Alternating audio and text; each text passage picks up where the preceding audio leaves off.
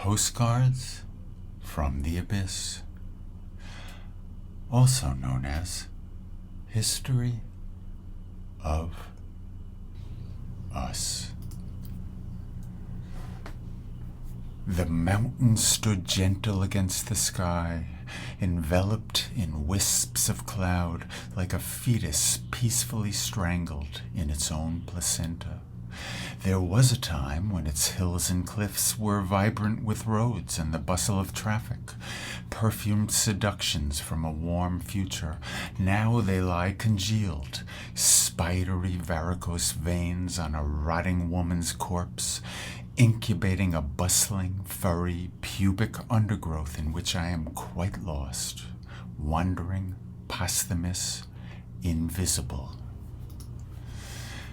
In a world where homesick, misanthropic stewardesses serve Bloody Marys to blonde athletes, imbecilic and dewy-eyed on long, unexamined jets, destined to crash momentarily into soot-black seas, where young girls dye their hair purple, pierce their tongues, and let mindless high school boys fuck them to torture their mums, impress their peers, and convince themselves they are alive, nay, that they even wish to be alive. There is a small, still place, hidden beneath the crashing surf, and in between the echoes of 1,000 meaningless, barely attended, and fast forgotten conversations. I can't take you there.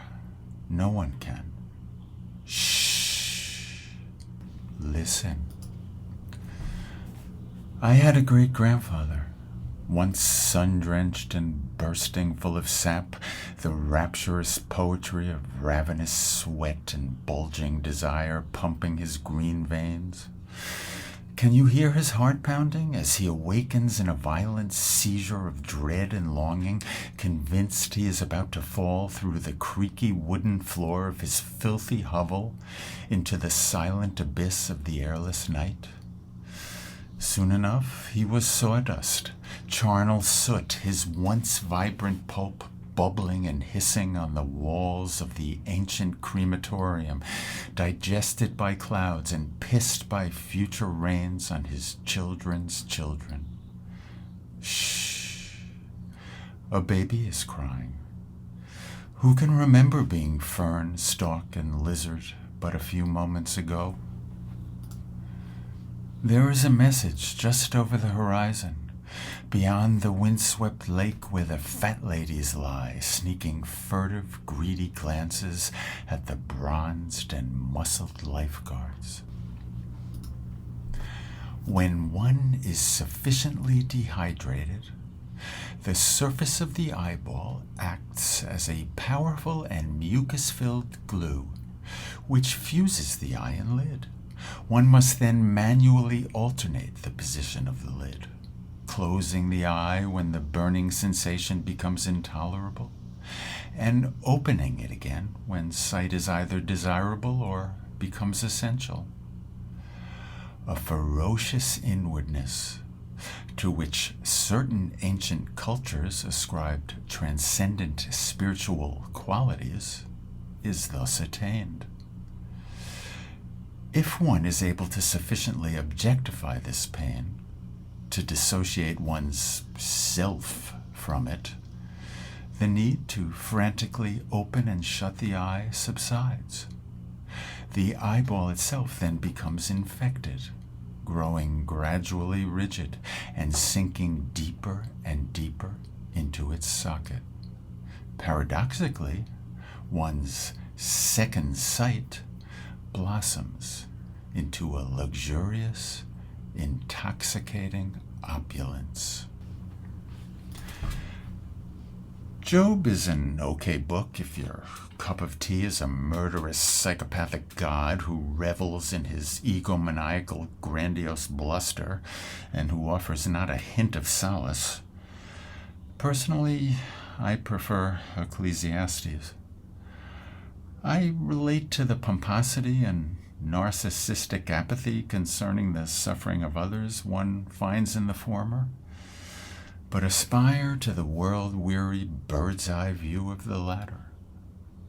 Would that there were some bird, perhaps some black as filth raven, infinitely large and powerful, upon whom I could hitch a ride to a nearby black hole, bubbling and ravenous, gobbling up the dying galaxy which surrounds it, and stopping only for the occasional belch or briefest of naps, into which I could dive, vanish, forget, as if I never had been. My fondest wish. Cancel that. A blonde spilling out of her halter top just walked by, pouting. I'll stay for the movie after all. The eyes of new fathers follow the paths of their young children, scouting for potential danger, yet never failing to furtively check if you too are equally entranced by their magnificent progeny. In the locker room, they admire their own genitals in much the same way, a hormone-driven fugue state of delighted disbelief, pride, and befuddled bravado.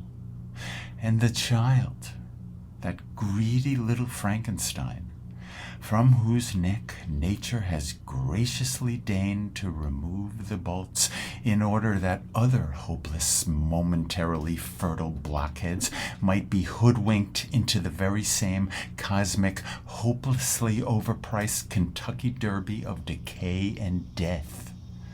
Note how the thing drinks in experience indiscriminately, happily masticating on both a canvas of Caravaggio and the lead-filled paint chips on the floor with the same voracious gusto.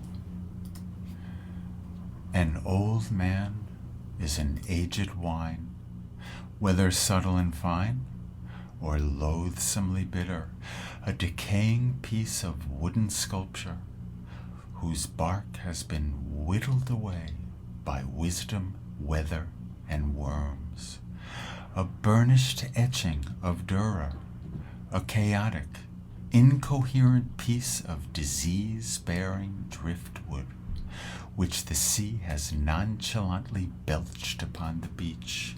What he is, or was, these things matter not to the maggots who devour his entrails and deposit his eviscerated carcass on the crisp, fresh January snow.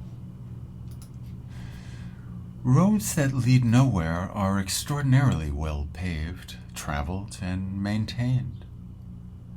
They routinely double back, actively reinserting themselves into the ongoing hurly-burly like a well-oiled, heat-seeking enema.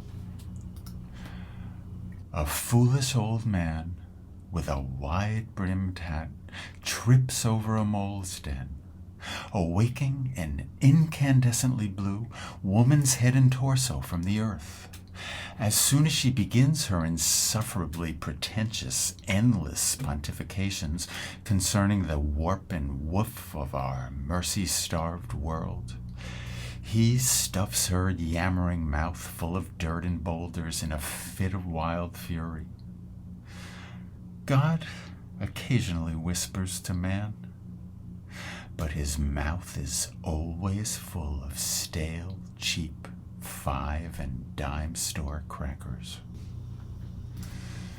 When I was a boy, I held a match near the head of a tiny, helpless turtle in an attempt to make him feel the rib-crushing, suffocating horror that I felt, bottled up as I was in a vice-like straitjacket and thrown into a world spinning wildly out of my control. I'll never forget his lacerating gaze of all-knowing anger, stuffed full to bursting with the ennui of a billion successive incarnations. That furious little homunculus was me, was you, was all of us. And we have all, you he, seen it all, countless times, in scene after scene of inexhaustible absurdity, everything over and over again. If only we could remember. In medieval Thailand, female adulterers were routinely dismembered and then fed to members of the clergy in intricately carved rice bowls during highly stylized ceremonies. When one of the emperor's concubines was found with a member of the court, even a eunuch, the two were strapped to a fiercely barbed spit, rotating over a roaring charnel house fire and forced to gag on each other's genitalia. Ceremonial scarves muffled the screams from their parched, stuffed throats as the flames gradually consumed them. If a concubine was found in the embrace of another concubine, the punishment was somewhat less ghoulish, but no less deadly. Bound naked, mouth to crotch, in the city square, under heavy guard, and with the incessant jeering of the townsfolk pummeling their brain cases like shrapnel, they were left for days and sometimes weeks to gradually starve to death. As radio wave-borne images of cute kitty videos careen out into galaxies 50 light years from our lonely, desolate, mindlessly spinning Earth, as the boys we once knew come more and more to resemble wizened, post-menopausal grandmothers, as the parks where we once bubbled over like the froth of fresh champagne sparkling under a seemingly new and honeyed sun, are paved over and crushed to a thin crust of forgetting, what remains for us? Who are we then now, when the only measure of time's passing is each day's baffling, surreal strangeness? I saw an elderly gentleman skydive by my cabin window, fretfully ripping the innards out of an old spring-loaded clock, cursing all the while God, fate, the Buddha, his vile spouse, his ungrateful, spoiled children, and everyone else who couldn't be bothered any longer to notice or listen to him. During the Inquisition, persons with tapeworms in their guts were starved for many, many days.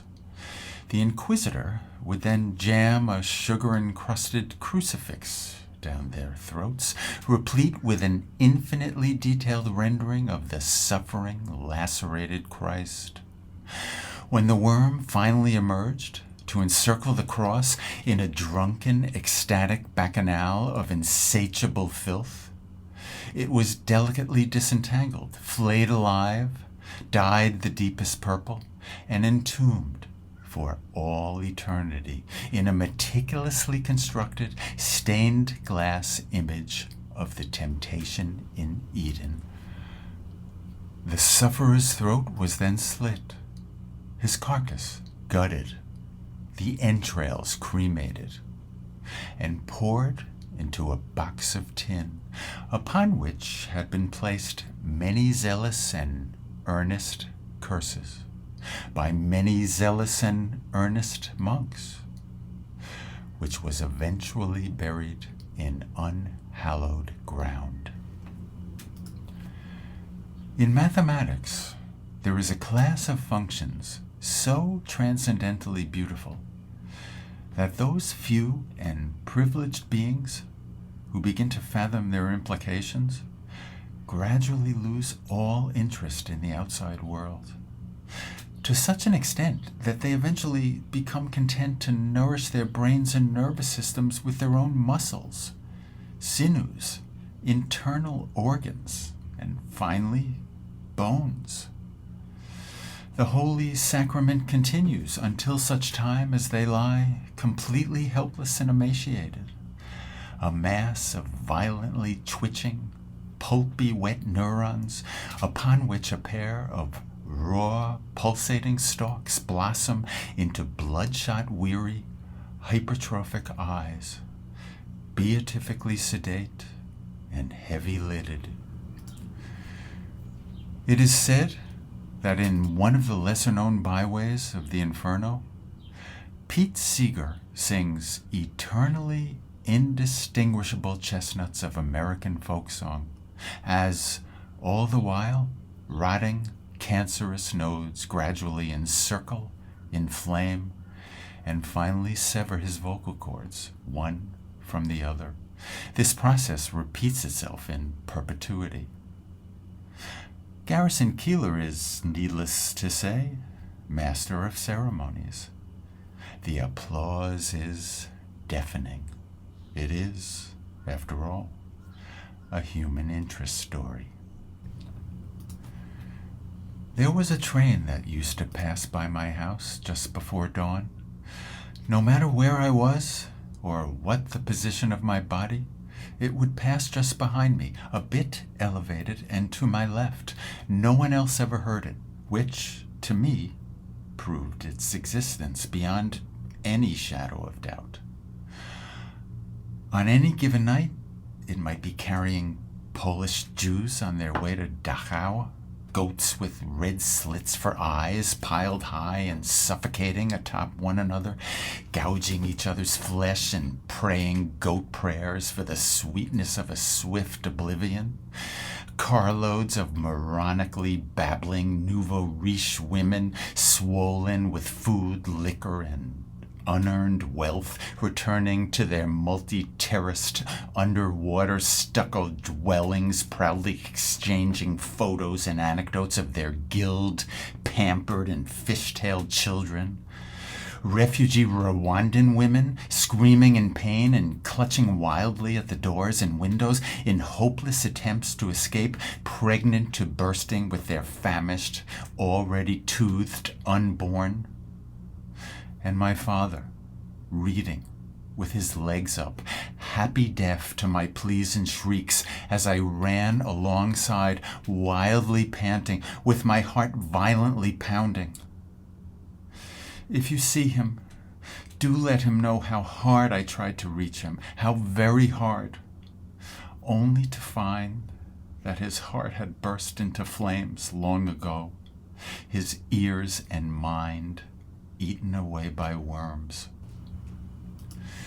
There were times when I would flinch wildly, causing the train to disengage from its tracks and sail through the endless vacuum of space.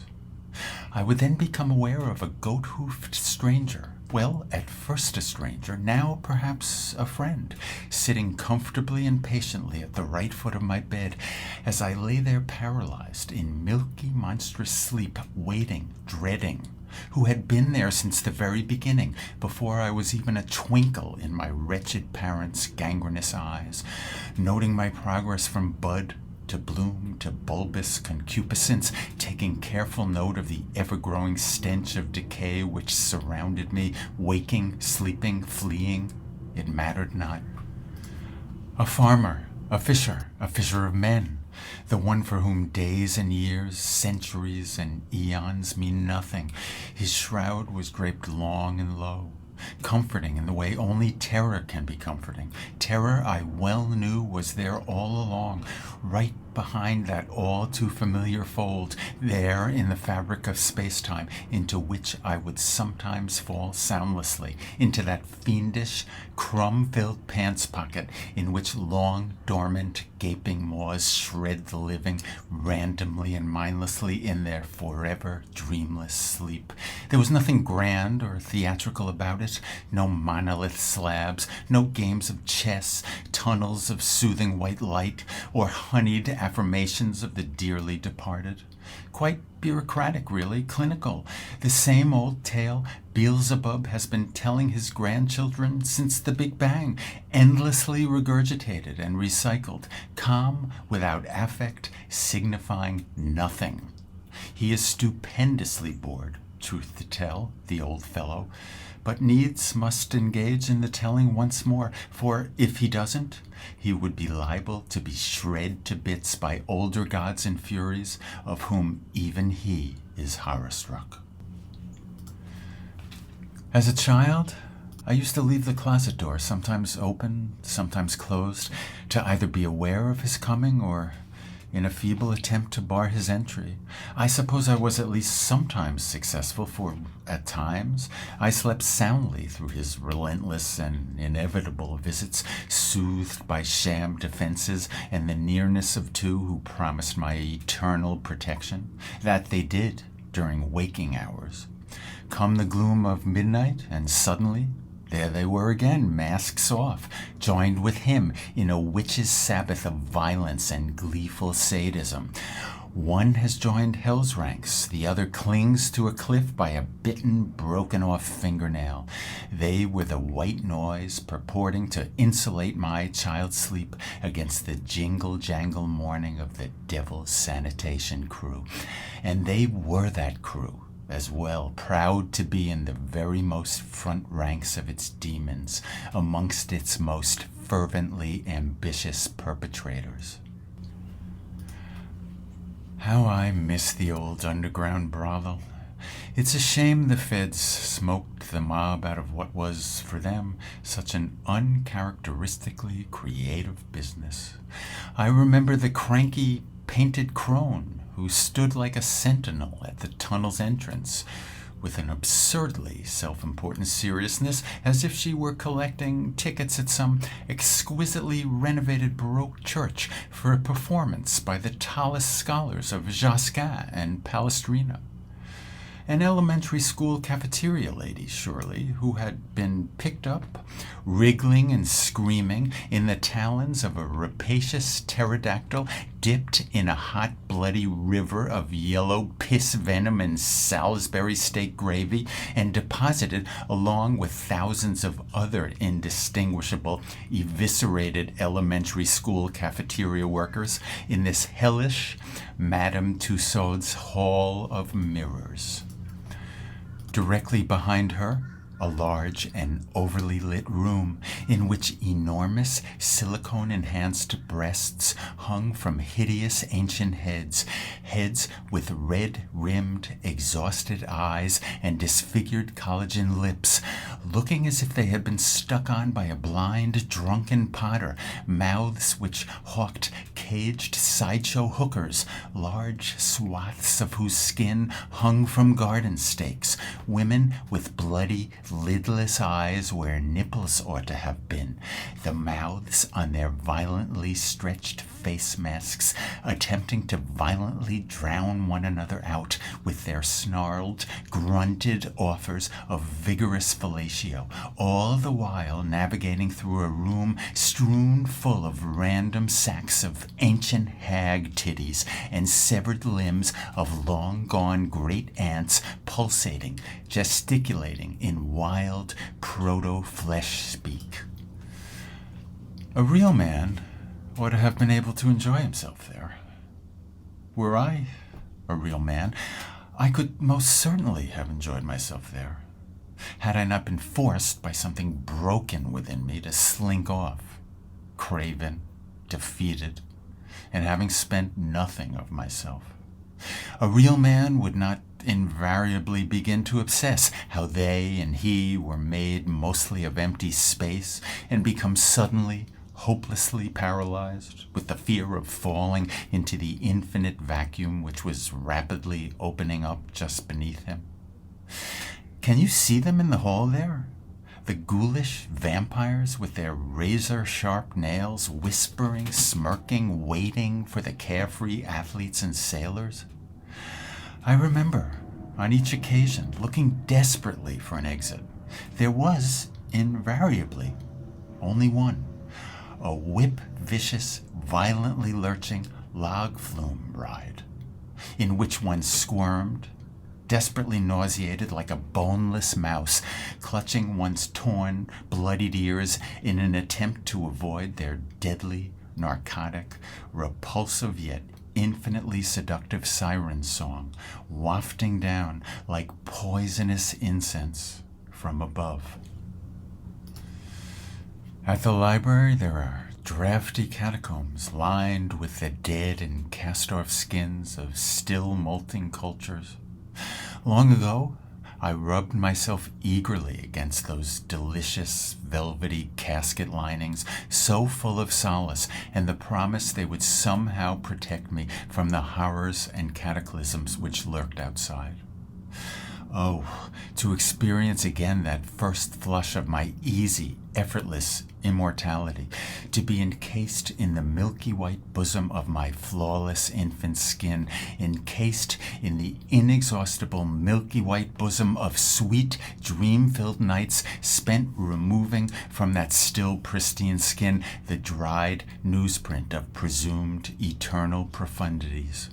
Before that skin turned leprous, before the once bejeweled stars of my youth grew faint, before my once lean, rapacious body came to feel so appallingly strange, before it came to eventually denounce me.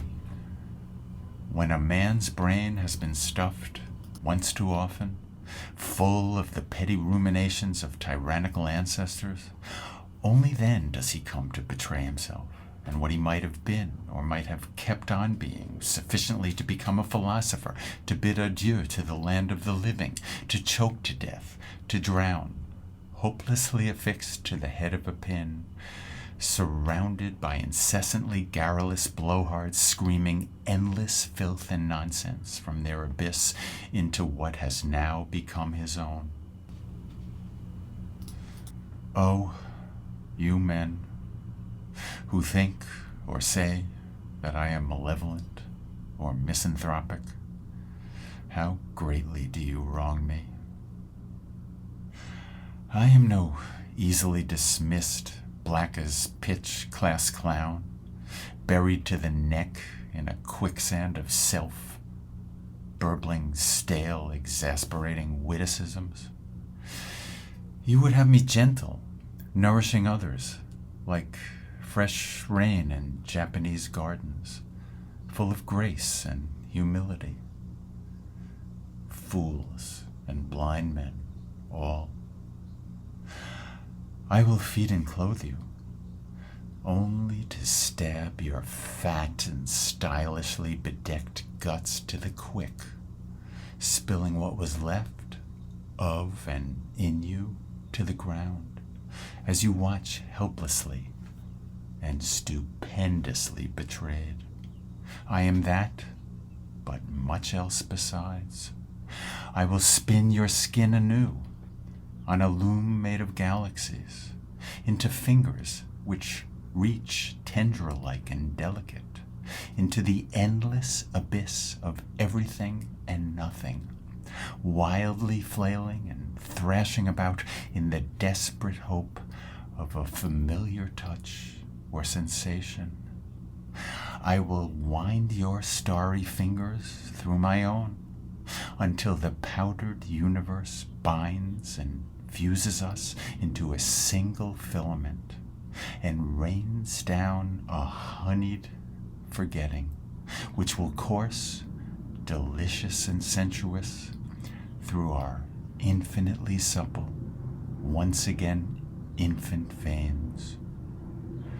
Look, listen, feel. We are, for this infinitely brief, ecstatically astonished moment, and hence for all eternity, born again.